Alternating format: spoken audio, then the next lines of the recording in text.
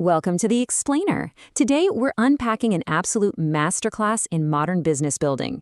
We're looking at a brand that started out looking like a scrappy, basic retail concept from the Tata Group, but has completely disrupted the established fashion retail system.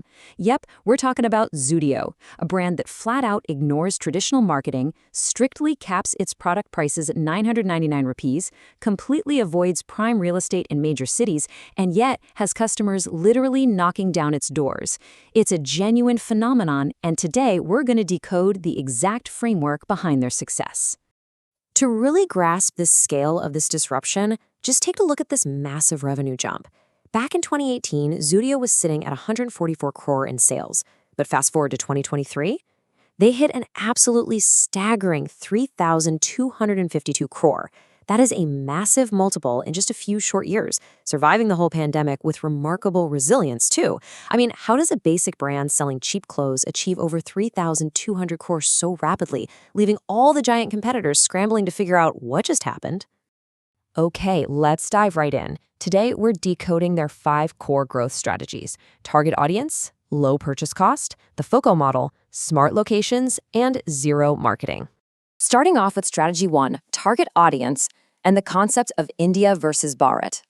To really understand their explosive growth, you first got to ask yourself, who exactly is Zudio selling these clothes to? This brilliantly illustrates the geographical and demographic gap that Zudio identified and completely filled. For years, the massive fashion retailers were obsessed with India, the wealthy demographic living in Tier 1 cities who are totally willing to pay a premium for high-end brands. But Tata looked the other way. They noticed Bharat, the vast population in Tier 2, Tier 3, and Tier 4 cities, plus the massive aspirational middle class in larger cities. These consumers want good quality, they crave that feeling of shopping at a big brand, but their budgets simply don't stretch that far. So Zudio laid down a strict rule. Nothing, absolutely nothing in the store, whether it's shirts, jeans, or shoes, costs more than 999 rupees. Notice the direct price disruption happening right here. Just look at this comparison. A basic plain shirt at Zudio is going to cost you around 200 rupees. That exact same tier of product would run you about 600 rupees at Westside and up to 1,000 rupees at a competitor like Reliance. It's a fraction of the price. But here is the real stroke of genius. They are selling these $200 shirts inside a high-quality, fully air-conditioned, beautiful showroom. They essentially gave the everyday consumer that premium mall experience, fulfilling their brand aspirations, but kept it at street market prices. So, naturally, Gen Z, college students, and middle-class families just flooded the stores. That brings us to strategy 2, low purchase cost through minimal overhead. So how on earth are they affording to price a shirt at just 200 rupees and actually survive? Well, this right here is a masterclass in stripping away unnecessary overhead. First off, they don't hire expensive, high-end designers. They aren't trying to invent the next crazy fashion trend. They just produce plain basics or quickly replicate existing trends that are already hot in the market. Second, they completely sidestep the headache of in-house manufacturing. No mess of factories, no direct labor costs for production. Instead, they use a private label outsource manufacturing model. This means ordering hundreds of thousands of units from multiple diverse vendors at razor-thin wholesale rates. And they pair this incredibly lean manufacturing with what's widely known as the Zara model. Zudio refreshes its store inventory a little bit every single week and entirely swaps it out every 2 months. If you see a cool piece of clothing today, it's going to be gone in 60 days. This creates massive FOMO, fear of missing out. A customer who walks in just intending to buy 1 t-shirt ends up buying 4 simply because they know if they don't grab it right now, they're never going to see it again. Moving on to strategy 3, the FOCO model for scaling rapidly. This is Tata's ultimate financial hack for scaling up incredibly fast without burning through their own capital. FOCO stands for franchise-owned, company-operated. Now, this is very different from your standard franchising model where a franchisee buys the rights and then basically has to figure out how to run the business all by themselves. Under FOCO, the parent company maintains total operational control, which ensures the brand quality never drops. Let's walk through exactly how this transaction plays out step by step. Step 1. Zudio finds a franchise partner who invests around 1.5 to 2 crore rupees of their own cash to build a massive 6,000 square foot store. Step 2. Once the store is built, the franchise owner steps back and the Tata Group steps right in to fully operate it. They manage the staff, the inventory, the branding, the whole shebang. Step 3. They share a percentage of the revenue. It is an absolute win-win. The investor gets fantastic, passive, percentage-based returns rather than a flat rent check, and Zudio gets to expand its retail footprint completely risk-free without tying up its own capital in real estate. Next up is Strategy 4, Smart Locations, Saving on Rent. Notice the sheer velocity of their expansion on this timeline. Because having the capital to build stores is really only half the battle. You have to actually put them in the right place. Back in 2018, they had just 7 stores.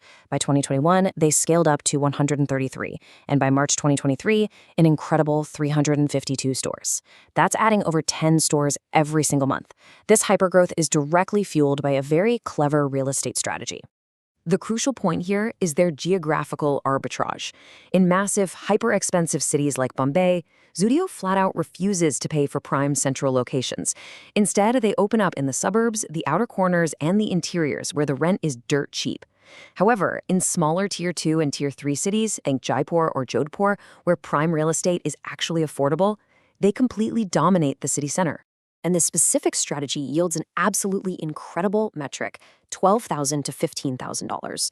That is Zudio's per square foot revenue.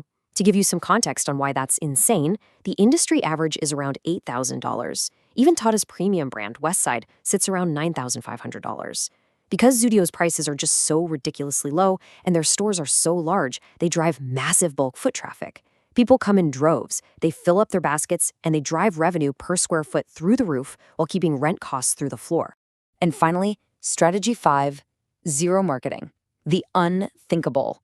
We've covered operations, expansion, and location, which brings us to a strategy that honestly defies almost everything modern retail brands do. I want you to really think about this question. What is Zudio's biggest marketing and advertising expense?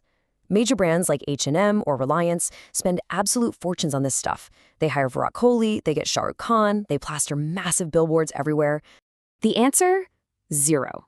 Absolutely zero marketing, zero ads. You do not see Zudio commercials on TV. You'll never see celebrities wearing their clothes in magazines. Zudio relies entirely on pure, unadulterated word of mouth. They know that when a customer walks in, gets an awesome AC Mall experience, and buys a great shirt for just 200 rupees, that customer is going to go home and immediately tell 5 of their friends. Cutting out this massive traditional expense is really the final puzzle piece here. No TV commercials, no celebrity endorsements.